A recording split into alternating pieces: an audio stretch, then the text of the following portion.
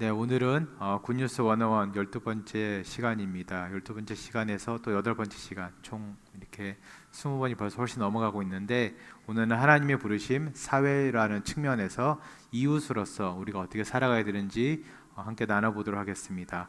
가장 먼저 우리는 2주 전부터 가정으로서의, 우리 가족 구성원으로서의 부르심에 대해서 함께 알아보았습니다. 가정은 하나님의 창조 질서 가운데 가장 먼저 세워진 공동체라고 말씀드렸습니다. 성경에서의 부부관계, 부모와 자식관계를 하나님께서는 하나님의 질서와 사랑을 반영하고 있다고 말씀드렸습니다. 그리고 남편과 아내의 관계, 부모와 자녀의 관계를 이야기하면서 특별히 부모로서 하나님의 말씀을 자녀들에게 가르쳐야 된다고 말씀드렸습니다. 그리고 이제 일터에 대해서 어제 지난주에 말씀을 드렸는데, 우리가 잠자는 시간까지 포함하면 우리가 가정에서 조금 더 많은 시간을 보냈지만, 솔직히 우리가 깨어있는 시간만 따지자면 우리는 일터에서 가장 많은 시간을 보내고 있습니다. 그래서 우리는 일터에서 정말 좋은 크리스찬으로서, 참된 크리스찬으로서 하나님의 부르심에 응답하며 살아가야 된다고 말씀을 드렸습니다.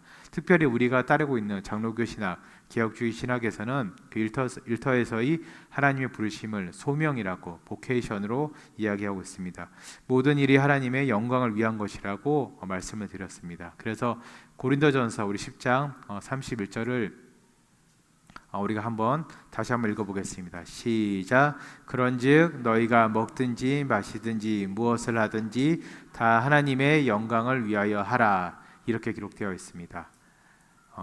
무엇을 하든지, 무슨 일이나, whatever you do all, 이렇게 표현되어 있습니다. 어떤 관습이나 풍습이나, 원어에 보면은 어떤 규범 아래 있든지까지도 너희가 어디에 거하든지 to the glory of God, 하나님의 영광을 위하여 하라, 이렇게 되어 있습니다. 이 말은 뭐냐면, 어떤 환경에 처하든지 그 환경과 여러 가지 일들이 하나님께 영광을 돌리는데 우리가 최선을 다하는데 우리가 핑계거리가 되지 않는다는 뜻입니다. 즉 일터에서도 우리가 늘 그렇게 살아가야 된다는 것입니다. 특별히 우리가 지난주 알아본 것은 정직함과 성실함이었습니다. 정직함은 우리가 잘 알다시피 그리스도인들에게 뿐만 아니라 우리가 세상을 살아가면서도 도덕적으로 아주 중요한 덕목입니다. 잠언 12장 우리 22절, 잠언 12장 22절 우리 함께 보겠습니다. 시작. 거짓 입술은 여호와께 미움을 받아도 진실하게 행하는 자는 그의 기뻐하심을 받느니라. 아멘. 여기 영어 성경에 보면은 lying lips 돼가지고 거짓말을 하는 입은, 거짓말 그리고 모함하는, 험담하는 다 포함됩니다. 그런 사람들은 영어 성경을 직역하면은 하나님에게 혐오감과 증오감을 준대요. 그러나 그렇지 않은 사람들은 신뢰가는 믿음과 정직함이 있는 행동을 하고 그런 말을 하는 사람들은 His delight, 하나님께 기쁨이 된대요. 하나님께 환희가 된대요. 하나님의 즐거움이고 하나님의 낙이 된다고 이야기하고 있습니다. 그리고 두 번째로 우리가 일터에서 지켜야 되는 것이 바로 성실입니다. 성실한 또한 도덕적으로 아주 중요한 덕목이고, 그리고 특별히 우리가 그리스도인으로서 아주 중요하게 생각하면서 우리가 여겨야 됩니다. 그리고 제가 성실함을 이야기할 때 성실함이 정직함의 결과물이라고 말씀을 드렸습니다. 그래서 진짜로 제대로 일하는 직원은 오너나 상사가 있을 때나 없을 때나 늘 한결같이 최선을 다해서 자신의 주어진 임무에 최선을 다한다고 말씀드렸습니다. 여러 가지 비리는, 우리 일상에서 일어나고 있는 여러 가지 비리는, 부정은 누군가가 있을 때와 없을 때가 다를 때, 행동이나 말이 다를 때 저질러지는 범죄라고 말씀을 드렸습니다. 로마서 1장 29절에 이렇게 기록되어 있습니다. 로마서 1장 29절 제가 읽어드리겠습니다. 곧 모든 불의, 추악, 탐욕, 악의가 가득한 자요, 시기, 살인, 분쟁, 사기, 악독이 가득한 자요, 수군수군한 자요, 이렇게 되어 있습니다. 사기라는 말은 성경 원어인 헬라어로 돌로스인데, 이것은 미끼라는 뜻의 델로이 파생어입니다. 그 뜻은 덫을 함정에 빠뜨리다, 강교한 술책이나 음모를 가리킵니다. 우리가 크리스찬의 삶을 생각할 때 항상 가장 예수님을 기억하면 우리가 이해하기 제일 쉽습니다. 예수님은 삶의 모든 측면에서 성실하셨습니다. 단순히 기능적인 측면, 펑셔널한 측면만 이야기하는 것이 아니라 모든 환경과 조건에 성실하셨습니다. 공생의 전에는 예수님께서는 목수의 아들로 목수로서 충실하게 살아가셨습니다. 공생의 기간 동안은 사역자로서 정말 충성히 살아가셨습니다. 그리고 이후에는 고난을 당하면서도 아주 성실히 고난을 감당하셨고, 그 결과 온전히 죽고 완전히 부활하심으로 구세주로서의 사명, 메시아로서의 사명을 아주 성실히 완수하셨습니다. 이러한 예수님의 삶이 우리에게 주는 교훈이 세 가지 있다고 말씀을 드렸습니다. 첫째는 작은 일에도 성실해야 되고, 두 번째는 환경과 관계없이 맡겨진 일에 성실해야 되고, 세 번째는 고난 가운데서도 성실해야 된다고 말씀드렸습니다. 직장에서든 가정에서든 교회에서든 맡은 일을 끝까지 감당하는 모습이 우리에게 필요합니다. 작은 일이든 큰 일이든 누가 알아주든 알아주지 못하든 여러분, 그거는 전혀 중요하지 않습니다. 왜 그렇습니까? 하나님께서 여러분들을 보고 계십니다. 하나님께서 다 알고 계십니다. 그리고 이러한 성실함과 정직함은 우리가 살아가고 있는 사회에서도 우리가 이루며 살아가야 됩니다. 여러분, 일터도 사회지만 우리가 살아가고 있는 사회의 전부는 아닙니다. 일부입니다. 오늘 우리가 함께 알아볼 부분은 우리가 사회 구성원으로서의 특별히 이웃으로, 한 나라의 국민으로 어떻게 살아가야 되는지 알아보겠습니다. 특별히 오늘은 이웃으로 우리가 어떻게 살아가야 되는지 함께 알아보도록 하겠습니다. 우리 마태복음 22장 37절에서 40절입니다. 마태복음 22장 37절에서 40절 우리 함께 읽겠습니다. 시작. 예수께서 이르시되 내 마음을 다하고 목숨을 다하고 뜻을 다하여 주 너의 하나님을 사랑하라 하셨으니 이것이 크고 첫째 되는 계명이요 둘째도 그와 같으니 내 이웃을 내 자신같이 사랑하라 하셨으니 이 두 계명이 온 율법과 선지자의 강령이니라. 아멘. 예수님께서는 가장 큰 계명으로 하나님을 사랑하라고 이야기하셨습니다. 그 다음으로 이웃을 사랑하라고 말씀하셨습니다. 명령하셨어요. Love your neighbor as yourself. 너의 이웃을 너 자신처럼 사랑하라. As yourself. 이것이 율법, all the law, entire law 이렇게 표현되어 있습니다. 선지자가 이야기하는 율법의 전부가, 모든 내용이 하나님 사랑, 이웃 사랑에 들어있다고 예수님 아주 축약해서, 요약해서, 우리가 혹시라도 헷갈려 할까봐 아주 직설적으로 이야기하고 계십니다. 그리고 이것이 commandment, 단순한 권유가 아니라 제안이 아니에요. 너네 이렇게 좀 살아줄래? 이게 아니라 서세션이 아니에요. commandment, 강령, 계명, 명령이라는 뜻입니다. 우리 성도님 여러분, 이웃사랑은 단순히 우리가 감정적으로 이렇게 느껴지는 동정이나 연민이 아닙니다. 반드시 실천적 행동이 따라야 되는 것입니다. 야고보서 이 말씀처럼 행함이 없는 믿음은 여러분 죽은 믿음입니다. 사도 바울이 말한 것처럼 우리가 행함으로 구원받지는 않지만 야고보 사도는 진짜 믿음에는, 참된 믿음에는 아주 자연스럽게, 아주 내추럴하게, 아주 마땅하게, 아주 당연하게 행함이 따라온다고, 따라야 된다고 이야기하고 있습니다. 이 사도 바울의 견해와 여러분 야고보 사도의 견해를 많은 크리스찬들이 헷갈려하세요. 제가 그걸 잠깐 말씀드리며, 사도 바울은 믿음의 원천, 그 cause, 이유가 되는 그 부분에 대해서 이야기하고 있습니다. 로마서 우리 3장 28절입니다. 로마서 3장 28절 우리 함께 읽겠습니다. 시작. 그러므로 사람이 의롭다 하심을 얻은 것은 율법의 행위에 있지 않고 믿음으로 되는 줄 우리가 인정하노라. 아멘. 그리고 야고보 사도는 야고보서 2장에 행함이 없는 믿음은 그 자체가 죽은 것이라, 행함이 없는 몸이 죽은 것, 영원히 없는 몸이 죽은 것 같이 행함이 없는 믿음은 죽은 것이니라. 이렇게 야고보서 2장 17절과 26절에 이야기하고 있습니다. 야고보서에서 야고보 사도가 이야기하는 것은 믿음의 결과예요. 사도 바울이 말하는 것은 믿음의 원천이에요. 원천. 네. 사도 바울은 믿음의 원천은 우리의 행위가 아니라 하나님의 택하심이에요. 하나님께서 우리를 택하셨기 때문에 우리가 하나님을 믿을 수 있는 거예요. 우리가 하나님의 자녀로 살아갈 수 있는 거예요. 근데 그리고 나서 야고보 사도는 그 믿음의 결과로서 우리가 하나님께서 우리를 택하셨기 때문에 우리에게 믿음이 생겼기 때문에 우리는 마땅히 아주 자연스럽게 우리에게서 믿음의 행위, 믿음의 결과가 나올 수밖에 없다는 것입니다. 그렇기 때문에 내가 믿음이 있노라고 말하면서 만에 하나 행위가 따라오지 않는다. 그러면 그게 죽은 믿음이라는 것입니다. 가짜라는 거예요, 여러분. 여러분, 자녀를 사랑한다고 이야기를 많이 하고 다니는 부모들이 있다고 생각해 보세요.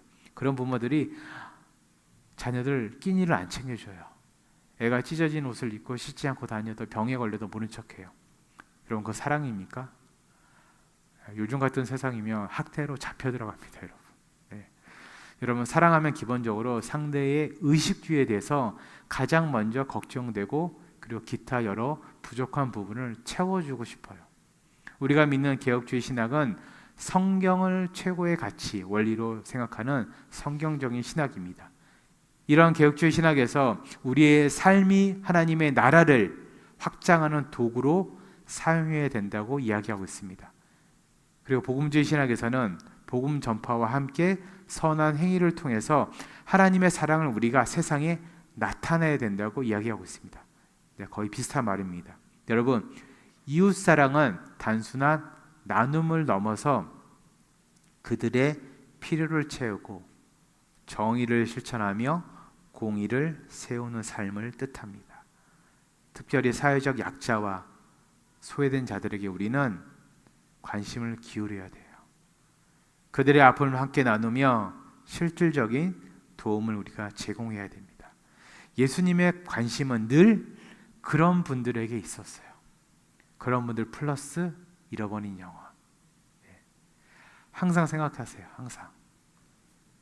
여러분, 이것이 바로 예수님의 사랑을 실천하는 우리의 모습이 되어야 된다는 뜻입니다. 자녀들에게도 그렇게 가르치세요. 제가 아주 오래전에 여러분들에게 한번 설교할 때 말씀드렸는데, 제가 참 존경하는 목사님이 아들이 하나 있었어요. 그 아들을 데리고 항상 토요일 아침마다 이제 미국에는 아이합이라는 아침 전문 식당이 있는데 거기를 데리고 가셨어요. 근데 이제 뭐 한국은 뭐 이렇게 서울역이나 이런 데만 노숙자가 있지만 미국은 아직도 여기저기에 조금만 못 사는 동네에 가면, 공원에 가면 노숙자가 되게 많아요. 근데 그런 분이 보이면 목사님이 고민해요. 이번 주 토요일에 아침 사 먹을 그런 재정으로 아이에게 양해를 구한 다음에 도와줘야지. 그리고 아이에게 물어요. AJ, 내가 아침에 어느 노숙자 아주머니를 봤어. 우리 아침 먹을 돈 아껴서 그거 먹지 말고 우리 마켓에 가서 그분들 줄 생필품 사고 음식 사서 드릴까 물어봐요. 강제가 아닙니다. 아이들에게 물어봐요. 아이가 만약에 일주일 동안 그걸 너무 기다려가지고 아빠랑 아침 먹는 시간을, 그 아침 전문 레스토랑 가서 먹는 시간을 너무 기다려서 싫다 그러면 강요는 안 해요. 근데 아이가 오케이 하면 아이랑 같이 손잡고 가서 직접 같이 장보게 하고 정중히 전달해 주게 해요. 여러분, 그 아이가 공부를 지질이 못했어요. 지질이. 고등학교를 참고로 2년 더 다녔습니다. 유급 다녔어요. 성적 유급이에요. 근데 참 따뜻한 마음이 있는 아이로 자랐어요. 전 그거면 된다고 봅니다, 여러분. 여러분, 우리 아이들에게도 그런 여러분들의 실천적인 교육이 있었으면 좋겠습니다. 그래서 우리 아이들이 지금 저쪽에서 아주 재밌게 놀고 있지만 저렇게 재밌게 노는 것뿐만 아니라 어려운 친구들을 봤을 때, 이웃을 봤을 때 먼저 그런 따뜻함을 전해주고 싶은 우리 아이들이 되기를 주님의 이름으로 축원드립니다. 그럼 우리가 어떻게 하면 구체적으로 우리가 그런 분들을 도울 수 있을까 한번 생각해 보면 좋겠습니다. 첫 번째는 제가 조금 전에도 말씀한 것 같이 경제적으로 어려운 이웃을 도와야 됩니다. 교회를 통한, 그리고 다른 여러 기관을 통한 정기적으로 선교사님들이나 여러 사역자들이나 여러 지역 단체들을 후원하면 아주 좋습니다. 아직 우리 교회는 딱 정기적으로 딱 정해놓고 후원한 선교사님들이나 단체가 없어요. 제가 이제 여러모로 지금 조사 중에 있고 다방면으로 이제 좀 조사를 한 다음에 여러분들에게 의중을 물어보려고 합니다. 여러분, 그분들을 우리가 언젠가는 도울 건데 곧 도울 거예요. 그분들을 위해서 여러분 어려운 형편이지만 일정에 계속해서 성경과 또 긍휼을 하시면 또 좋을 것 같습니다. 그리고 두 번째는 우리는 장애인들을 위한 편의시설을 배려하고 그들의 필요를 채울 줄 알아야 됩니다. 아직도 우리나라는 장애인들이 살아가기에 아주 이렇게 좋지 않는 나라로 인식이 되어 있어요. 실상도 그러고 아직도 장애가 있는 아이를 키우려고 이민을 고민하는 부모들이 참 많습니다, 여러분. 여러분 요즘 어디를 가나 뭐 문턱도 없고 이전에는 휠체어가 들어오지 못하는 뭐 가파른 계단도 많았지만 이전에 비해서 많이 좋아졌어요. 많이 좋아졌지만 여러분 그래도 아직도 장애가 있는 분들은 어디를 가나 불편하고 소외받고 여러분 배려받지 못합니다. 그리고 공공기관에서는 이미 의무적으로 하고 있는 것 같아요. 제가 보니까 장애인들이 그런 만드신 물품이나 그런 거를 의무적으로 몇 프로 사게 되어 있어요. 저는 그게 참 고무적이었어요. 그래서 제가 심무했던 몇몇 교회에서 그걸 제안한 적이 있어요. 물론 다 거절당했어요. 그게 참 안타까웠어요. 제안을 했는데 거절당했어요. 여러분 그런 것도 우리 교회도 나중에 좀 여유가 되면 하면 좋겠고 특별히 기업이나 사업하시는 분들은 정말 고민해 보면 좋을 것 같습니다. 그리고 마지막으로 우리는 마음이 외로운 분들이나 아픈 분들을 좀 케어하면 좋을 것 같습니다. 요즘 참 육신이 아픈 분들도 많지만 여러분 마음이 아프면 이건 정말 약이 없습니다. 하나님의 도우심밖에 없어요. 물론 세상적인 상담이나 여러 가지 치료도 있지만 여러분 그걸로 온전히 해결되는 경우는 솔직히 거의 없습니다. 여러분 요즘 세상에 아마 스마트폰 없는 분들이 거의 없을 거예요. 우리 아이들도 다 가지고 있는데 여러분 전화기의 1차 기능이 여러분 무엇입니까? 통화하는 거예요. 통화하는 거. 근데 요즘은 통화를 잘 안 해요. 문자가 참 저조차도 문자가 편한 것 같아요. 문자로 대화하면 감정을 몰라서 서로의 오해 소지도 있지만 굳이 내가 목소리를 내면서 감정을 쏟아부으면서 전화하는 것보다는 편하기 때문에 우리는 문자를 많이 선호합니다. 여러 가지 SNS를 많이 선호합니다. 물론 속도는 빨라요. 대신 접점이 없어요. 여러분 디지털 시대가 가속화 될수록 이제는 AI 시대가 가속화 될수록 여러분 사람의 만남은 더 외로워질 수밖에 없습니다. 소원해질 수밖에 없습니다. 이럴 때일수록 여러분 어거지로라도 우리는 아날로그의 방식으로 자주 통화하시고 기왕이면 만나십시오. 만나십시오. 만나서 같이 식사하시고 차 마시시고 얘기를 들어주십시오. 저도 상담 공부를 조금 대학원 때 했는데 상담은 별거 없습니다. 들어주는 겁니다.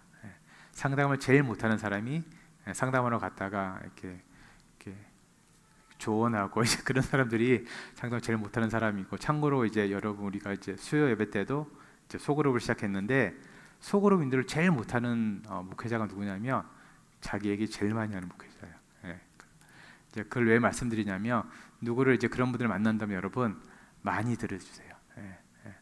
우리가 이제 흔히 말하는 이제 귀에서 피가 난다 그러잖아요.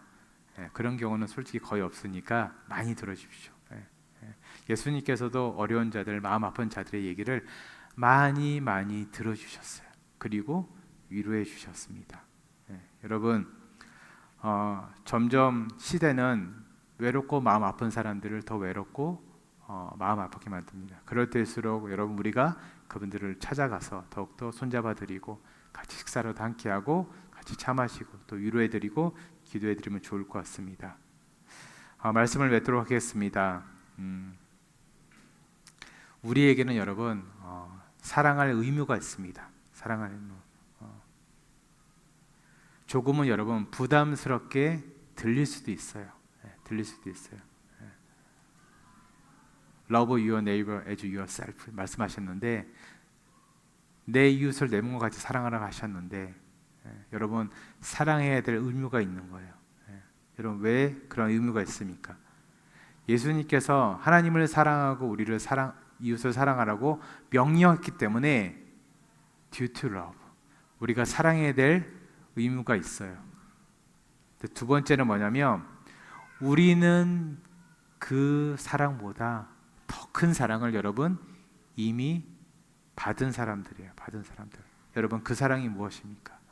예수 그리스도께서 십자가의 보혈로 우리를 구속해 주신, 구원해 주신 사랑입니다. 예. 오늘 어제 그제 장례 예배를 인도하면서 저는 너무 감사했습니다. 여러분, 생애의 마지막의 순간에 사랑하는 믿음의 후손들이 어미인 나를 위해서, 할머니인 나를 위해서 여러분 모여서 머리 숙여서 하나님께 예배 드린다는 것이 여러분 얼마나 큰 복인지 아십니까? 여러분들, 그 복이 어디서 왔습니까? 예수 그리스도의 십자가의 보혈의 사랑에서 왔습니다. 여러분, 여기 있는 우리 모두의 마지막도 분명 그럴 거예요. 여러분, 우리는 감당할 수 없는 사랑을 받은 사람들입니다. 그렇기 때문에 우리는 하나님께서, 예수님께서 명하셨고 이미 예수님을 통해서 직접 우리로 하여금 체험하게 한 그 큰 사랑을 이웃에게 베푸시면서 하나님의 부르심에 늘 응답하시는 여러분들이 되시기를 주님의 이름으로 축원드립니다. 우리 함께 찬양하도록 하겠습니다.